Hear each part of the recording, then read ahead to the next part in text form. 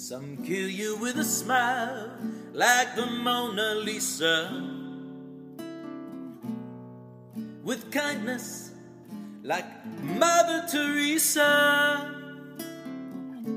or even with an axe like Lizzie Borden. You just gotta love those dangerous women. Plenty of chicks have been in the military, from Joan of Arc to General Anne Dunwoody. Marie Curie knew all about science, and Agatha Christie was the queen of suspense. Here's to the girl who won't behave, won't play it safe or be a slave, won't be forgotten by history, who's out there telling her own story. Careful and cautious leaves me cold. Give me audacious, brave and bold. There's nothing wrong with a quiet type, but as for me, I love a woman who lives dangerously.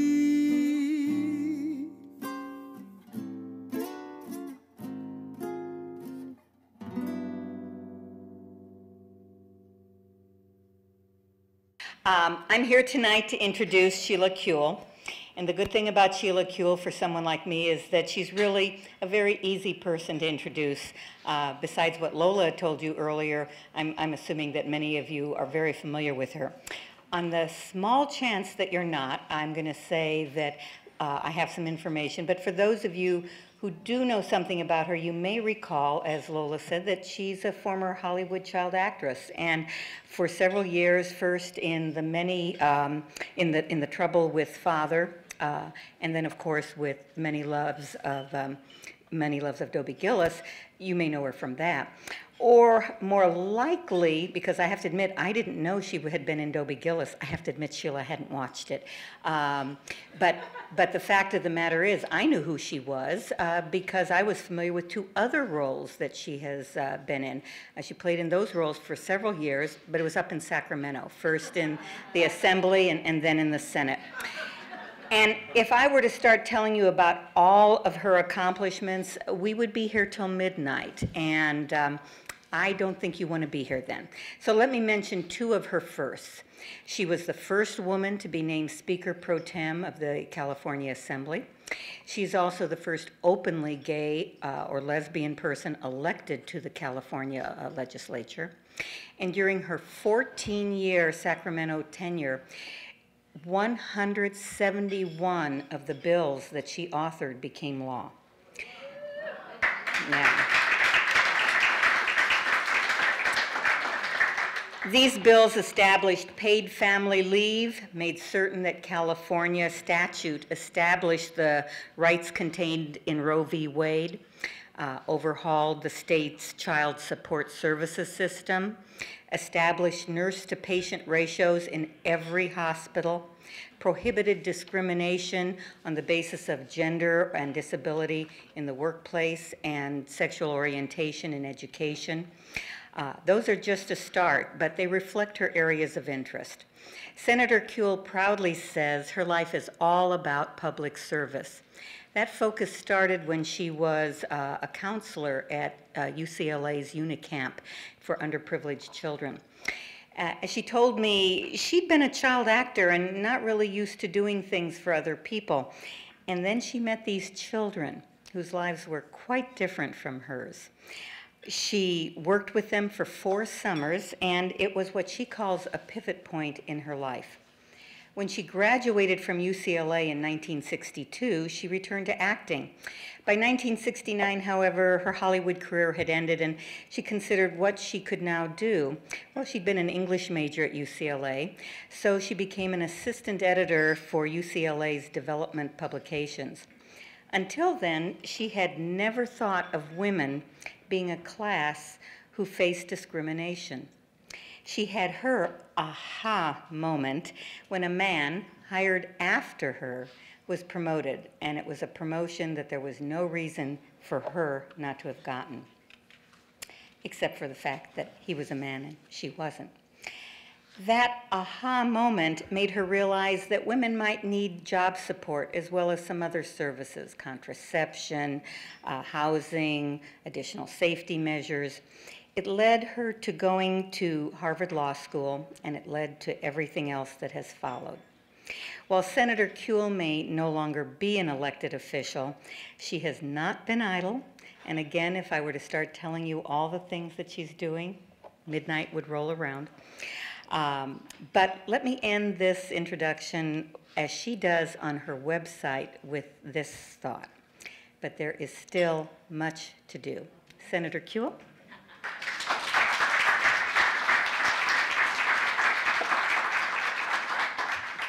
Thank you, Jean. I'm glad I had to step here for you. Somehow these dangerous women are all short. Perhaps we're overcompensating. I've been asked to do a very difficult thing in only a few minutes, which is to acquaint you really with the history of women's suffrage and the battle for it in California. And it is a very interesting story, but I want to start with more of a general story involving three women and a river. It seems there was a river, and a woman was walking on her way somewhere, had something in mind, headed home from work, walking down the banks of the river, and hears a faint cry out in the middle of the river, and looks and sees in the middle of the river there's a baby drowning in the river. Looks upstream, looks downstream. There's no one there but her. Hears the baby crying and thinks, what can I do? Jumps in the river, swims out, grabs the baby, brings the baby to shore. And just as she brings the baby to shore, she hears cries again in the middle of the river. And she says, I see another baby drowning out there. I must go get him. And so she swims out, and while she is now engaged in her life-changing experience of bringing the babies back to the shore, another woman comes walking down the river and sees what's going on, looks upstream, looks downstream, nobody there but her, thinks, well, okay, jumps in, swims out, but as the first woman is bringing the babies back to shore, the second woman is not coming back to shore. So the first woman yells out at her, what are you doing? Can't you see there's all these babies drowning? And the woman yells from the middle of the river, I'm teaching these babies to swim. So while the first woman is bringing babies back and forth, and the second woman is teaching them to swim, a third woman walks down the riverbank, looks to see what's going on, turns around and starts walking back upstream. And the first and second women, who are now devoting their lives to saving these babies, yell at her, where are you going? Can't you see there's all these babies drowning in the river? And the third woman says, yeah, I'm going to go see who's throwing these babies in the river. Now, I'm certain that you recognize that this story is told to you for two reasons. One of them is you can use it to open just about any speech you ever have, because the likelihood is the people you're going to be addressing are engaged in one of those three endeavors in society: direct services, education, or policy. I mean, that's sort of, and each of them has their virtues, and each of them, of course, is important in the overall endeavor of a society. But of course, by the mid-19th century, many of the women knew who was throwing the babies in the water, but they couldn't do anything to stop it. Without the vote, we couldn't serve an elective office, we couldn't organize to affect policy except by, petition. So we did the only effective thing that we could do, and still actually do. We formed a movement. We all know the names of Susan B. Anthony and Lucy Stone, Sojourner Truth, Elizabeth Cady Stanton, Lucretia Mott, and others.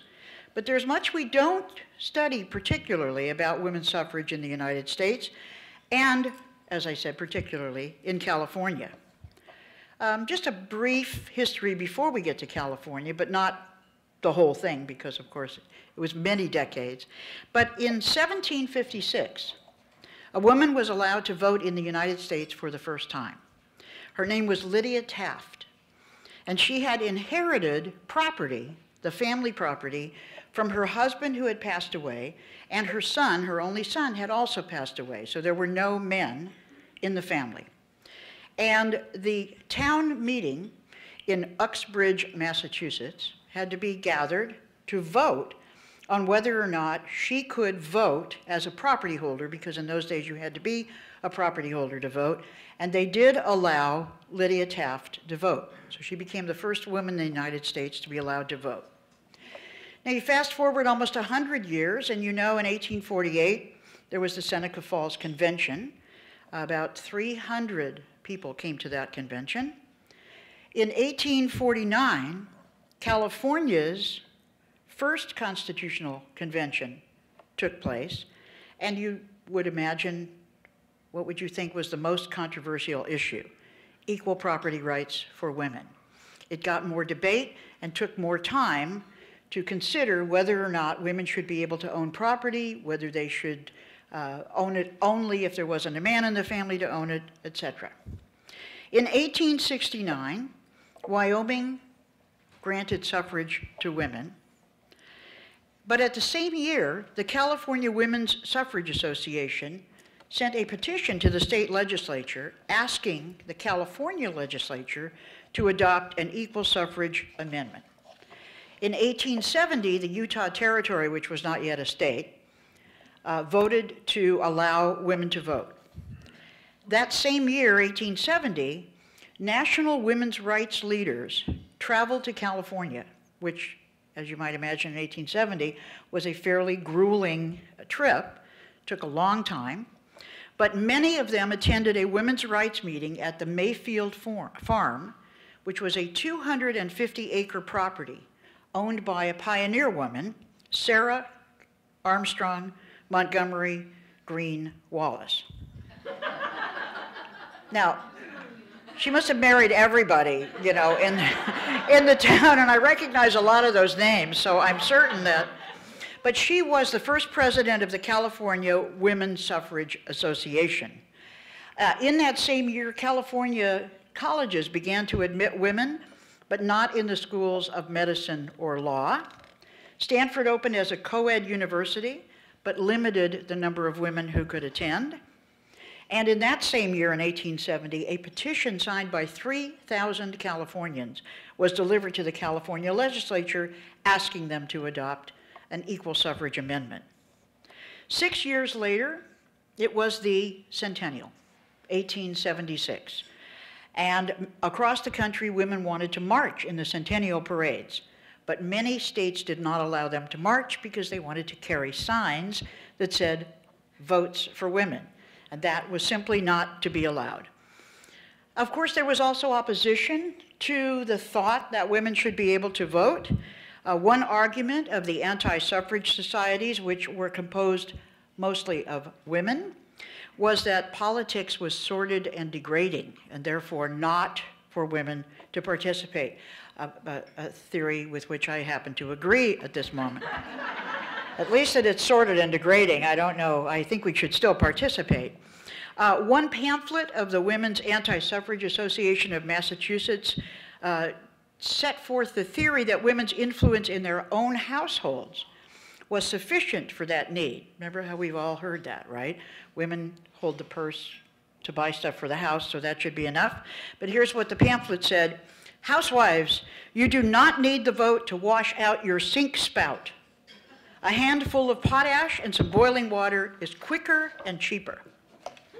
In 1878, for the first time, a federal amendment was proposed in a bill to give women the right to vote, was introduced in Congress, and the senator who introduced it was the senator from California, and his name was A.A. Sargent.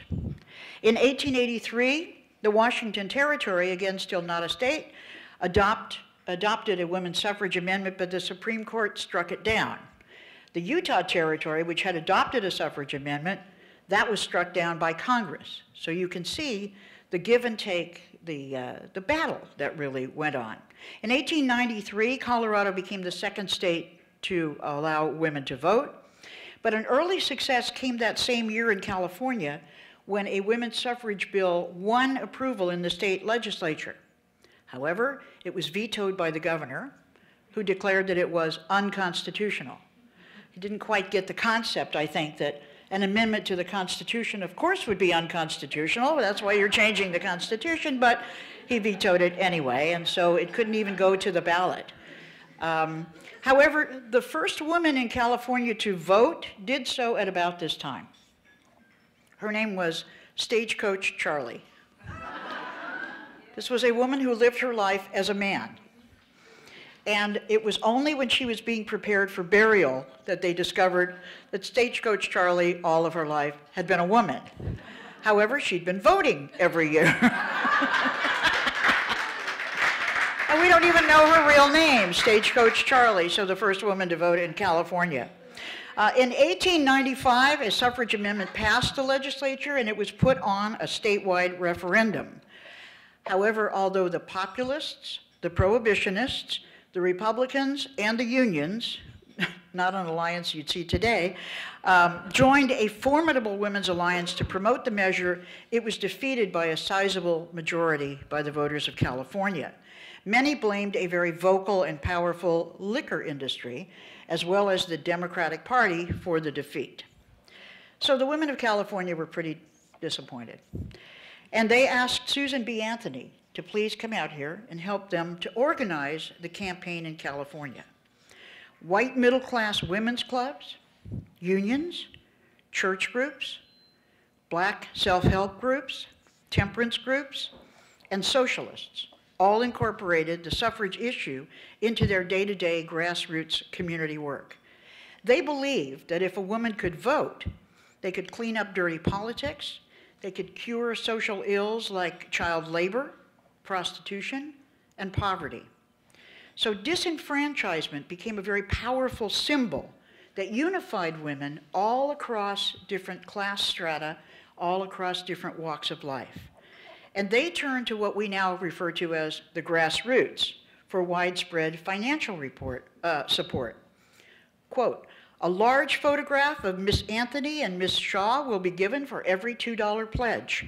And many poor seamstresses and washerwomen fulfilled their pledges in 25-cent installments. Teachers, stenographers, and other working women went without a winter coat to give money to this movement for freedom." Of course, in California, I guess you could go without a winter coat, so it's probably not the most dramatic story like it would be, in Minnesota. But still, think about it, a 25 cents at a time, saving up pennies. Working class women and socialists broadened the suffrage coalition in California, especially in the urban areas. Now, there were a lot of political movements that were flourishing in the state in the early 1900s, searching for a more egalitarian society. The populist movement started. You may not know, but you should. There was a big sit-in on Wall Street 100 years ago today. History simply repeating itself. Women voters, many hoped, would help bring economic and political justice to a state that was perceived to be controlled by wealthy corporations. I don't know why I'm smiling. All they've done is just made a bad word out of the word socialist. The rest is all, pretty much the same. The Women's Socialist Union of California was formed in 1902. Another ally was the Women's International Union Label League, which championed women's protective legislation at work, unionization, and suffrage. Mainstream suffragists in the California Equal Suffrage Association came to depend a lot on socialist organizers and working class participation in the cause. And by 1902, there were 52 women's suffrage organizations in California. Leaders who could bridge economic and racial divides, like a woman named Maud Younger, made California's formidable suffrage alliance possible. Copies of Younger's pamphlet, quote, "Why Wage-Earning Women Should Vote," appeared in doorways, in union halls, and at public rallies. A woman named Catherine Reed Ballantyne founded the Yellow Ribbon, a statewide suffrage newspaper, in 1906. Charlotta Spears Bass published pro-suffrage editorials from Los Angeles in the state's largest African-American newspaper, the California Eagle. In Oakland in 1908, 300 women marched behind handmade yellow silk banners bearing the California state seal. By early 1911, these leaders had organized a huge statewide cooperative council to coordinate all of the activities toward passage of a suffrage amendment at the polls. And visibility was the first priority in the council's winning plan. They had flamboyant, this is what the press called them, of course, flamboyant parades, rallies, electric street signs. Think about it. That was a whole new concept. And you saw them along the streets. Door-to-door canvassing, street speeches, plays that traveled from block to block, pageants, press coverage reached every voter in the state, from San Diego to Sacramento. Wage-earning women were also attracting attention on their own behalf. Waitresses, laundry workers, factory workers, fruit pickers, and teachers were especially visible in the suffrage campaign in 1910 and 1911. On Labor Day, that same Maud Younger, the one who had put out the pamphlet, sat in the driver's seat. See, not in the passenger seat, okay. Sat in the driver's seat of the San Francisco Wage Earners Suffrage League's prize-winning float, drawn by 6 black horses and covered with yellow streamers. Don't you wish you'd lived in that day? Wouldn't you just love to be sitting behind I don't know, it just sounds great. Maybe not.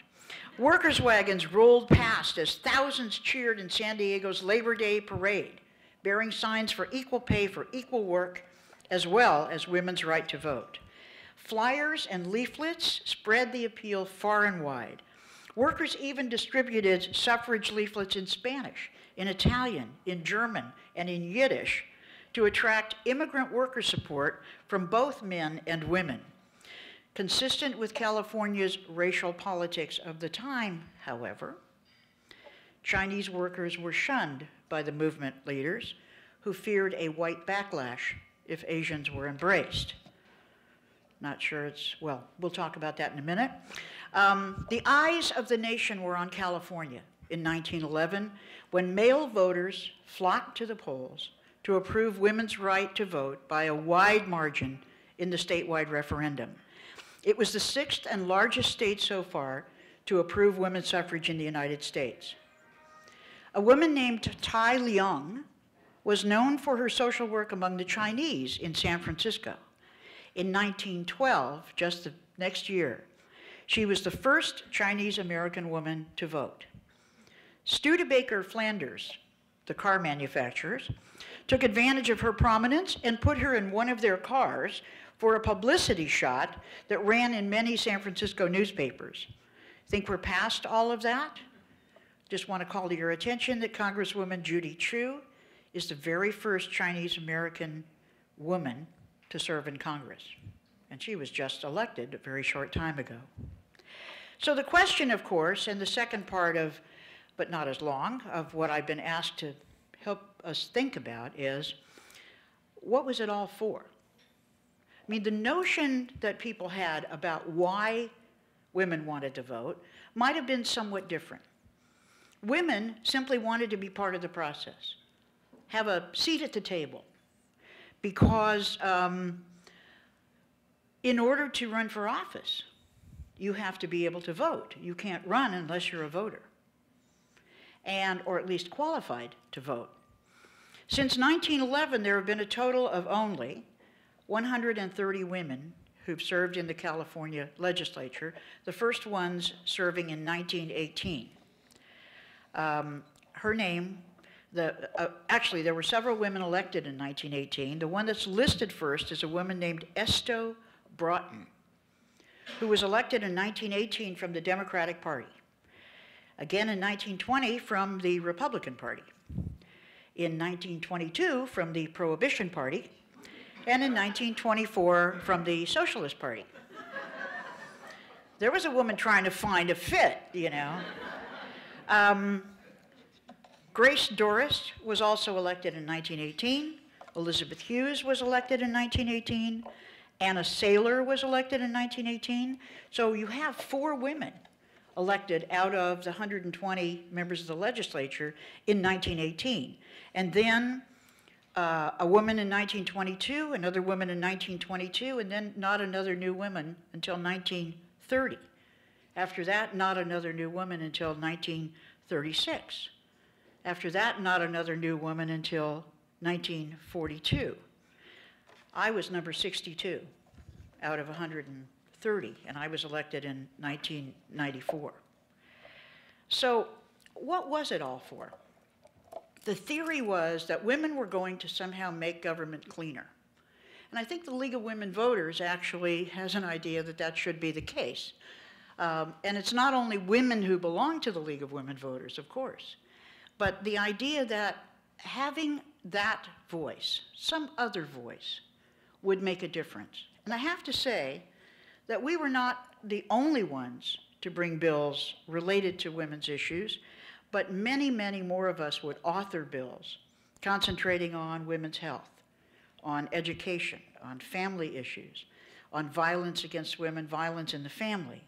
A number of issues that we used to in the 70s call women's issues, and now I think we see them as more as family issues. Why is that? Well, I think it's because something I've come to call authenticity. I'm not really sure if this is the right word, but I have to tell you, as the first gay person to be elected up there, it made a lot of sense to me because I was up there, well, I'll tell you, there was a cartoon done after I was elected, soon after I was elected, and it showed, it showed a kind of a bubble at the beginning of the, you know, the sequenced cartoon, and it said, "The Gay and Lesbian Caucus of California goes to lunch." And then the second one, there was a little bubble that said, "Kuehl, party of one." And it was interesting to think about whether or not it was going to be a good experience or a bad experience. And I can only imagine that the women who were elected, though there were 4 elected in 1918, must have felt the same way. What would be their place? How would they be thought of? How would they be taken seriously? And you know, there was a discussion actually that bubbled up again in the 70s, 1970s, about whether women should concentrate on women's issues or whether they would not then be taken seriously because they only concentrated on women's issues. When I got up there in 94, Willie Brown was still the speaker, though it was the end of his time. And he had systematically appointed women to chair what people generally call juice committees. They are juice committees because they generate money for the chairs of the committees. And I can tell you, committees that deal with family law, that's not a juice committee. However, insurance, banking, those kinds of utilities and commerce, those kind of committees would have never been chaired by women up until that point. So there was a sort of a conflict because we did have an interest in thinking about ourselves. We did have an authenticity in saying, we really thank our allies for saying, oh, they can represent us because they really care about the same things we do. But the truth is, as much as men would try and bring great bills, it wasn't the same as when you had a mix of men and women in the legislature. As I said, we weren't the only ones to do this. But it brings experience, it brings life experience into a body. And it's exactly the same when people of color join their legislature, when gay and lesbian people, when people with disabilities, so that you really see the panoply of American society.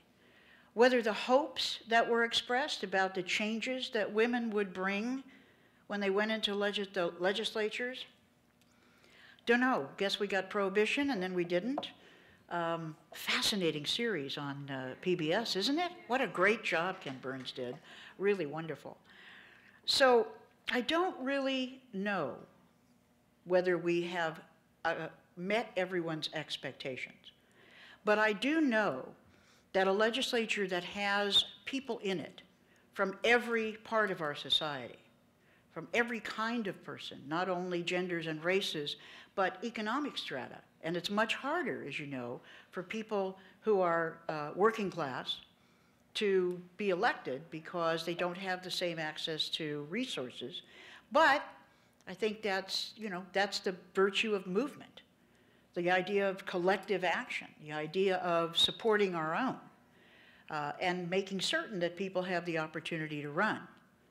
So whether you are saving the babies one at a time, or whether you're teaching the babies to swim, or whether you've figured out who's throwing those babies in the water and you want to participate, I think in any of those ways, we have made a difference. I don't ever like to sound chauvinist about women, but after all, we are celebrating women's vote here.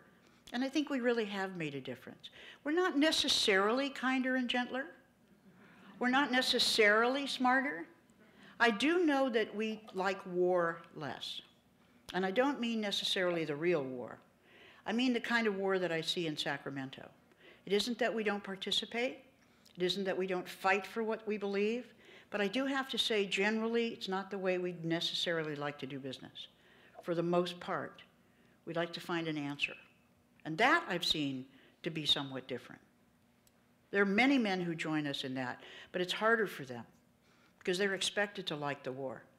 They're expected to be all elbows under the net, you know? That was a sports analogy for those of you that don't. So I really want to close by telling you that I think it's very, very important. This is a complete tautology, but it's very important for women to run for office. Very important. And I mean women from everywhere and every kind of life, because that experience being reflected makes a difference. If we have a woman who's had breast cancer, and believe me, there are more than just a couple that have been elected to the California legislature. When we're talking about funding for research, or we're talking about funding for treatment, and a person stands up and says, "This happened to me. Let me tell you what this was like." We have the same thing with, you know, people, families that have autistic children, for instance. The authenticity of people sharing their lives and helping us to try to figure out what to do. You must be thinking, then why are they doing such a bad job up there? And that I can't answer because I'm not there anymore. People ask me if I'm glad, and I have to say no. I don't think term limits, put my case aside, I don't think term limits has served California well at all. To rob the legislature of experience just when you start to know a little bit of what you're doing, you're out. 6 years in the Assembly. So that's why I want you to think about running for office. I want you to seriously consider it. I want you to seriously encourage others. I don't want you to let them fall prey to this notion that it's it's too dirty. Does that sound familiar? I mean, 100 years ago, they were telling us women shouldn't get involved in politics because it was so dirty, which was just a way to keep people out. If you're there, maybe it won't be so dirty. Maybe you raise your voice. Maybe you say no. It's that authenticity. So in celebration of the 100th anniversary of women's suffrage in California, I'd like you to raise your glasses, if you would, to the women and men that fought that good fight, to the women and men that pushed for it, to the men who voted to make it happen. Come on, we weren't there at the polls. Here's to them, to all of them. Thank you.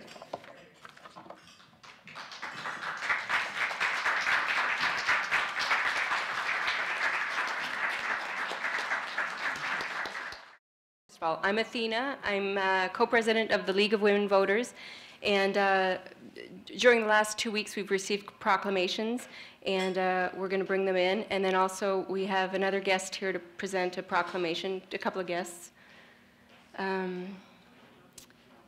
So Lola will make her way over with her lovely assistant Howard.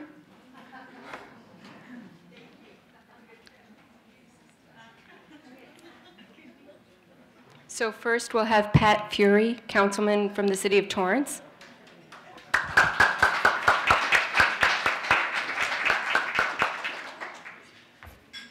I've been dying to do this.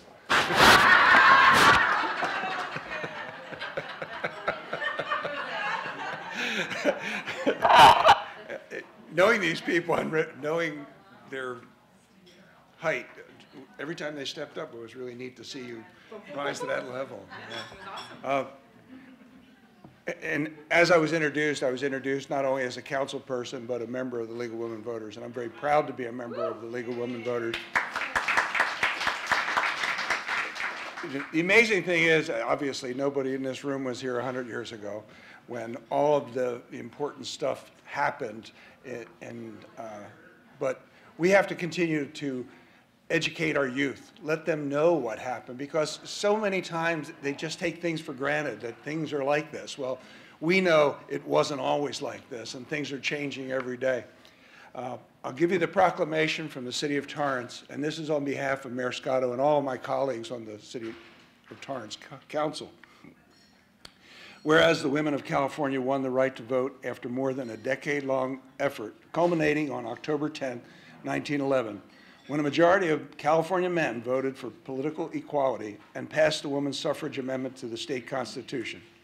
And the struggle for political liberty was waged without violence or animosity, speaking to the best in California men from all walks of life and finding support in all corners of the state. And California was only the 6th state in the nation, joining Wyoming, Colorado, Utah, Idaho, and Washington to approve political equality. And California men passed women's suffrage 9 years before the 19th Amendment to the United States Constitution was ratified to give women the right to vote throughout the United States. And the innovative California campaign broke new creative ground in promoting votes for women by incorporating the latest in advertising and publicity techniques. And this successful and historic effort by courageous and resolute citizens of all races and origins dedicated to the ideal of true democracy is cause for celebration, education, and promotion of this triumph that has been partially forgotten or ignored and has for too long been denied its rightful place in the history of the state. And whereas on October 9, 2011, the League of Women Voters Torrance area is celebrating the 100th anniversary of women winning the right to vote in California with a gala dinner at the Miyako Hybrid Hotel in Torrance, California. Now, therefore, Frank Scotto, as mayor of the city of Torrance, does hereby commend and congratulate League of Women Voters Torrance area as it celebrates the 100th anniversary of women's suffrage in California and encourages all citizens to join in this observation via celebration, education, and promotion. Furthermore, Mayor Scotto expresses sincere appreciation to the League of Women Voters Torrance area and supports its efforts for voter education and involving citizens in government. He signed this on the 27th day of September 2011. Congratulations, all members.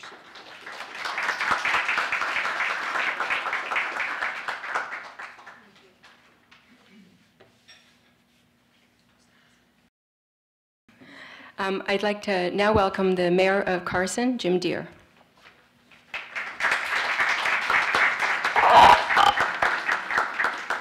Thank you very much. I'm very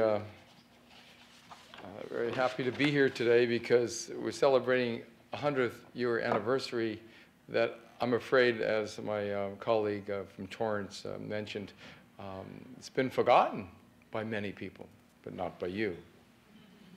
And because of you, this and the League of Women Voters recognizing it, the people in the city of Carson and all through the South Bay and southern LA County are realizing that this was a very significant breakthrough in history. And it was part, I believe, of the American Revolution, a revolution that is a continuing revolution as it continues today. So those of you who may not know me, my name is Jim Deere. I represent the city of Carson as a mayor, and I'm representing the other elected officials of our city. We have 7 elected officials.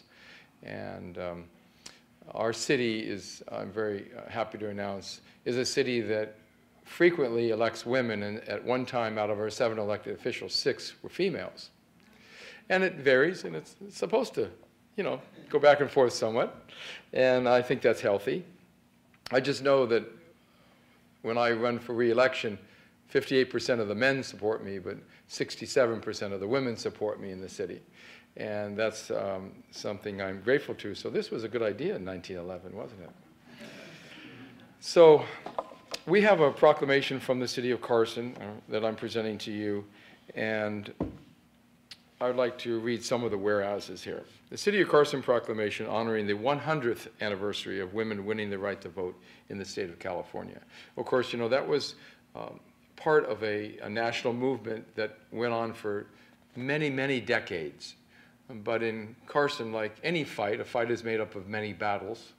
And this particular fight in California was a 10-year fight.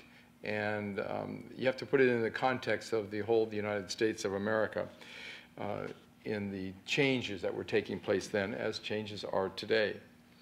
So whereas on October 10th, in the year 1911, the women of California won the right to vote after more than a decade-long effort when a majority of California men voted for political equality and passed the women's suffrage amendment to the state constitution. And whereas the struggle for political liberty was waged without violence or animosity, speaking to the California men from all walks of life and finding support in all corners of the state. And whereas California was only the 6th state in the nation, joining Wyoming, Colorado, Utah, Idaho, and Washington to approve political equality. And whereas California men passed women's suffrage 9 years before the 19th Amendment to the U.S. Constitution was ratified, to give women the right to vote throughout the United States of America. Whereas the Innovative California campaign broke new creative ground in promoting votes for women by incorporating the latest in advertising and publicity techniques, as women tend to do today. They seem to be on the cutting edge of technology, and that's a good thing, but that's a speech for another day. The successful and historic effort by courageous and resolute citizens of all ethnic origins dedicated to the idea of true democracy is cause for celebration, education, and promotion of the triumph that has been partially forgotten or ignored and has too long been denied its rightful place in the history of the state of California. Whereas the League of Women Voters Torrance area is celebrating the 100th anniversary of women winning the right to vote in California with a gala dinner, Miyako Hybrid Hotel in Torrance, California. And now, therefore, Mayor Jim Deere, the City Council of Carson, and the people of Carson, California, do hereby commend and congratulate the League of Women Voters Torrance area as it celebrates the 100th anniversary of women's suffrage in California and encourages all Californians to join in this observance via celebration, education, and promotion. We express sincere appreciation to the League for all your efforts of voter education involving citizens in government on an ongoing basis. Dated today, the 9th of October, 2011, signed by yours truly and the entire City Council and our City Clerk, Helen Kawagoe, of over 30 years. So thank you very much for inviting me here tonight. Sorry I wasn't here a little earlier, and I heard the tail end of former Assemblywoman's speech. And Senator, you were a senator, right, Sheila? And, pardon me? Both, of course. And so again, I thank you for inviting me tonight. And, you know, mayors will talk a long time, so you better come on up here. Thank you, and God bless you from the city of Carson. I don't know if you want to keep that in there. Thank you. Oh, you're very welcome. Thank you very much. We also have Steve Napolitano has one from Supervisor Kanabe.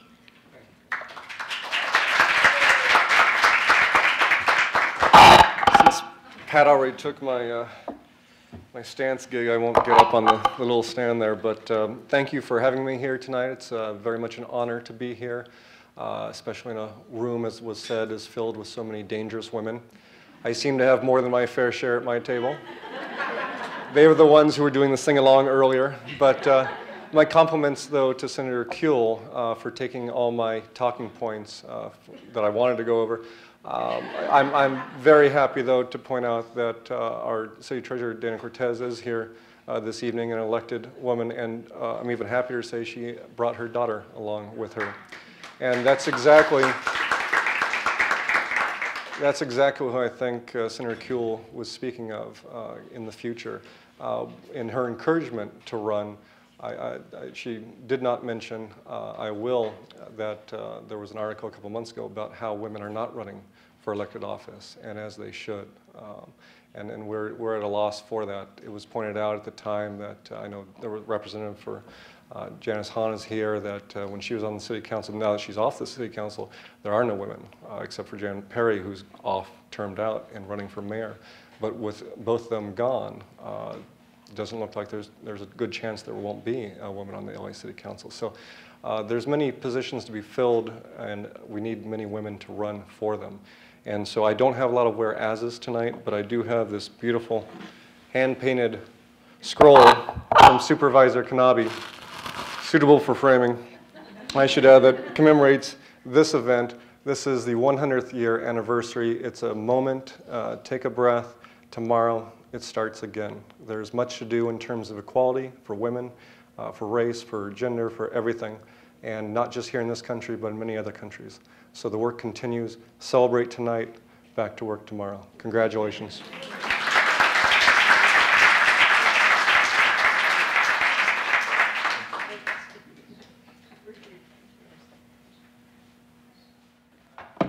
This is Elise Swanson. She's with, she's the deputy to Janice Hahn, 36th district representative in Congress.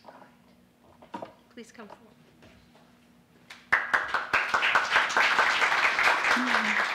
Well, thank you, everyone. It's a great pleasure to be with you here tonight, representing a very dynamic woman, Congresswoman Janice Hahn. And we have a certificate tonight to present to the Torrance League of Women Voters in recognition of the Centennial celebration of California women receiving the right to vote. Thank you, everyone, for a very enjoyable evening. Thank you all for coming to the 100th anniversary of women winning the right to vote here in California. Voting was important to those women so long ago and the future of their daughters. We are their descendants, and their legacy lives on. We look forward to 2012 as we celebrate League of Women Voters Torrance area 50th anniversary, as well as the 100th anniversary of the city of Torrance. Good night, dangerous women.